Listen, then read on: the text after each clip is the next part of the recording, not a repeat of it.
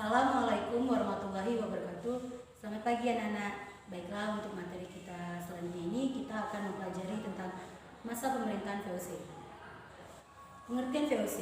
VOC adalah kepanjangan dari Vegenis Ostindische Company.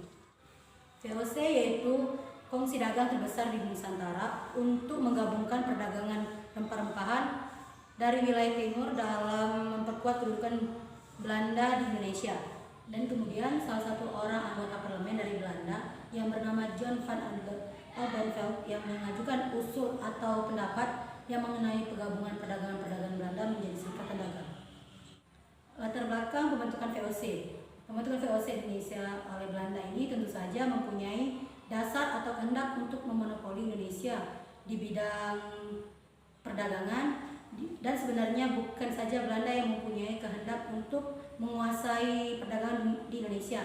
Negara Inggris pun sudah mempunyai niat yang serupa, bahkan Inggris dapat disebut melangkah lebih dulu daripada VOC dengan membentuk suatu perikatan dengan dagang untuk kawasan Asia di tahun 1600 yang kala itu diberi nama AEC atau East India Company.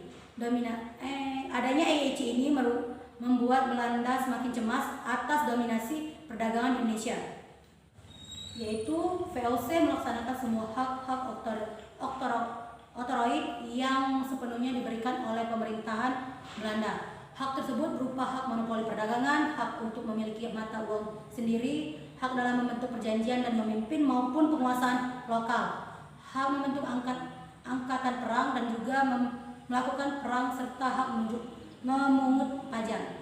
Mendirikan markas VOC di Banten dan Ambon yang kemudian dipindahkan ke Jakarta atas pemerintahan seorang gubernur. Pembangunan markas di Banten ini didirikan pada tahun 1603. Setahun setelah VOC didirikan, hal ini bertujuan untuk melancarkan aktivitas dagang selain Malaka dan Makassar. Banten juga masuk dalam wilayah pusat perdagangan rempah-rempahan di Nusantara.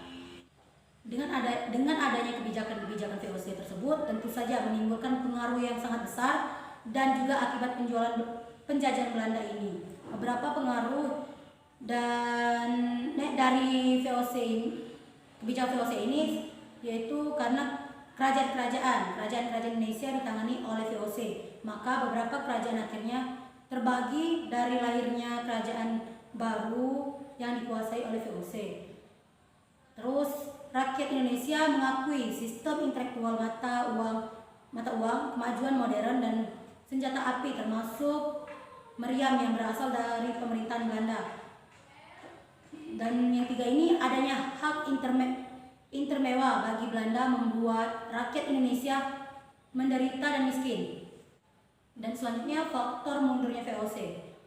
Yang pertama ini yaitu korupsi yang dilakukan para petinggi VOC. Kedua, angkatan yang membengkak akibat dari perluasan wilayah kekuasaan VOC. Ketiga ini, biaya perang yang ditanggung VOC sangat besar. Keempat, persaingan dengan kongsi dagang lain seperti kongsi dagang Portugis dan kongsi dagang Inggris. Dan selanjutnya, utang yang sangat besar dan pemberian laba yang sangat besar kepada pemegang saham walaupun sedang mengalami kemunduran. Tokoh-tokoh pada VOC. Peter Both pada tahun 1610 sampai dengan 1614. Pemimpin VOC pertama adalah Peter Both yang merupakan Gubernur Jenderal Hindia Belanda yang pertama yang menguasai Hindia Belanda. Peter Both memiliki beberapa kebijakan pada awal berdirinya VOC. Beberapa kebijakan yang dilakukan adalah pendirian pos perdagangan di Banten dan juga membuat perjanjian dengan Pulau Maluku untuk menguasai rempah-rempahan. Peter Both terjadi pada tahun 1610 hingga 1614. Kebijakan yang sudah dibuatnya kemudian diteruskan oleh Gubernur Jenderal berikutnya karena dianggap berhasil. Peter Both kemudian wafat pada tahun 1615 di perairan Mauritius. Tidak lama sudah ia berhenti dari jabatannya. Jan Peters Zun Coin pada tahun 1619 sampai dengan 1623 dan 1627 sampai 1629.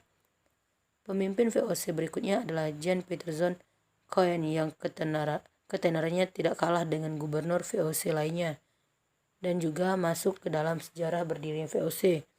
Gubernur Jenderal Hindia Belanda keempat ini merupakan orang memindahkan markas VOC dari Banten ke Jayakarta, dan kemudian nama Jayakarta tersebut diubah menjadi Batavia.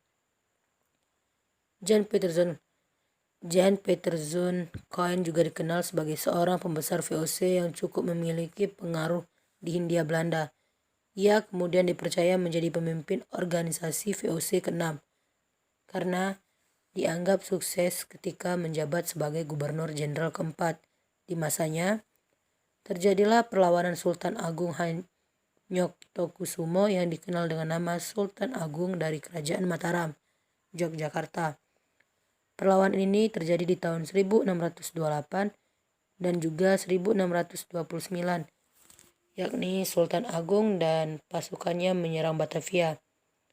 Pasukan Mataram berhasil menyebarkan wabah kolera di Batavia dari Sungai Ciliwung yang akhirnya menyebabkan banyak orang Belanda terjangkit penyakit tersebut dan wafat, termasuk juga salah satunya Jan Pieterszoon Coen yang wafat di tahun 1629 di Batavia.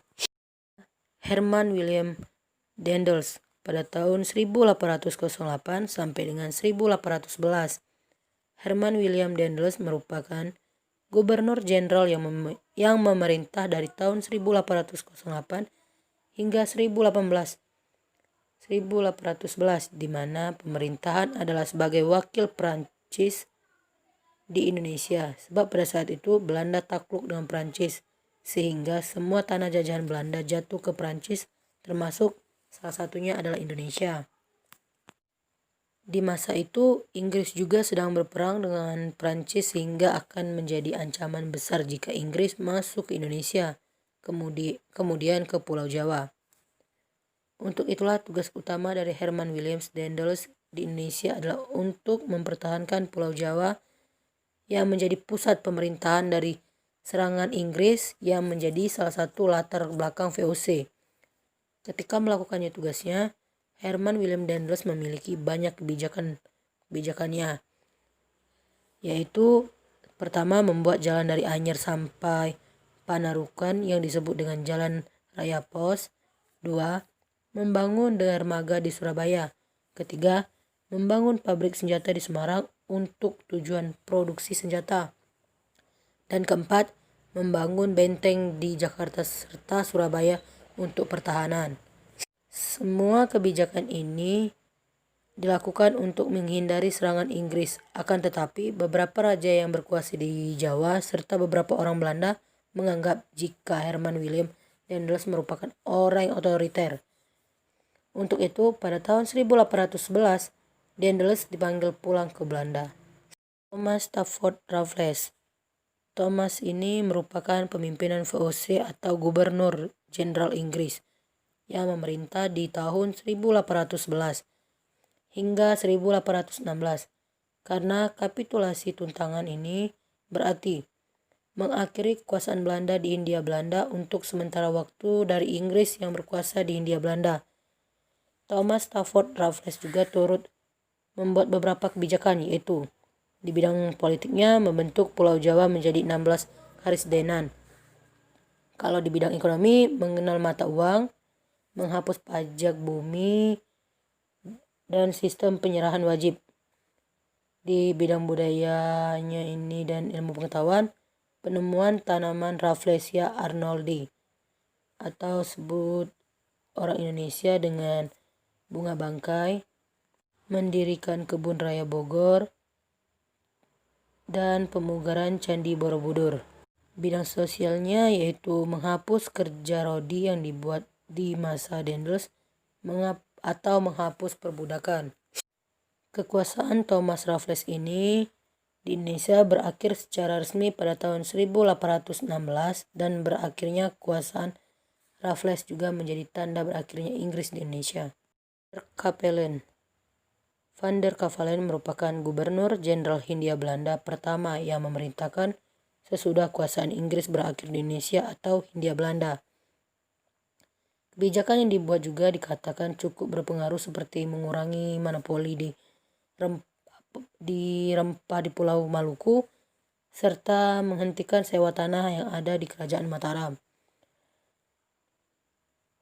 Untuk memantau petani, Van der Kavelen juga membuat Departemen Pertanian, Seni, dan juga Ilmu Pengetahuan di Pulau Jawa. Namun, ia dianggap lemah oleh Belanda sehingga Van der Kavelen dipanggil pulang ke Belanda lalu diganti dengan Marcus de Koch pada masa pemerintahan Kavelen.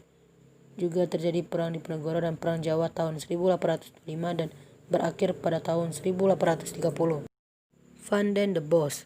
Van den Bos ini menjadi pemimpin VOC terkenal ketiga sudah Herman Willem Daendels dan Thomas Stephen Raffles.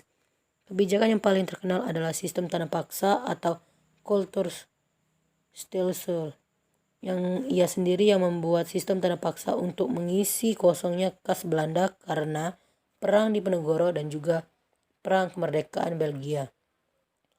Rakyat pribumi dipaksa menanam lada, kopi, teh, dan juga tebu yang kemudian akan dipanen dan diangkut dijual oleh Belanda. Namun dalam praktek Kulturstelsel ini peraturan yang ditetapkan ternyata tidak sesuai dengan prakteknya. Pada salah satu peraturan menyebutkan jika rakyat yang tidak mempunyai tanah pertanian diwajibkan bekerja di kebun milik pemerintah Belanda selama 66 hari atau setengah tahun. Akan tetapi kenyataannya rakyat tidak memiliki tanah tetapi dipaksa bekerja di kebun lebih dari 66 hari atau setengah tahun. Penyimpangan tersebut kemudian menuai kritik dari kaum liberal atau intelektual Belanda. Dalam sistem tanah paksa tersebut, Den Bosch juga berusaha untuk memadamkan perlawanan Pangeran Diponegoro dan juga kaum Paderi di Sumatera Barat. Baiklah, itu adalah para materi dari Ibu pada hari ini. Apabila ada kata Ibu mohon maaf, pada Tuhan Ibu mohon ampun. Wabillahi taufiq wal hidayah. Wassalamualaikum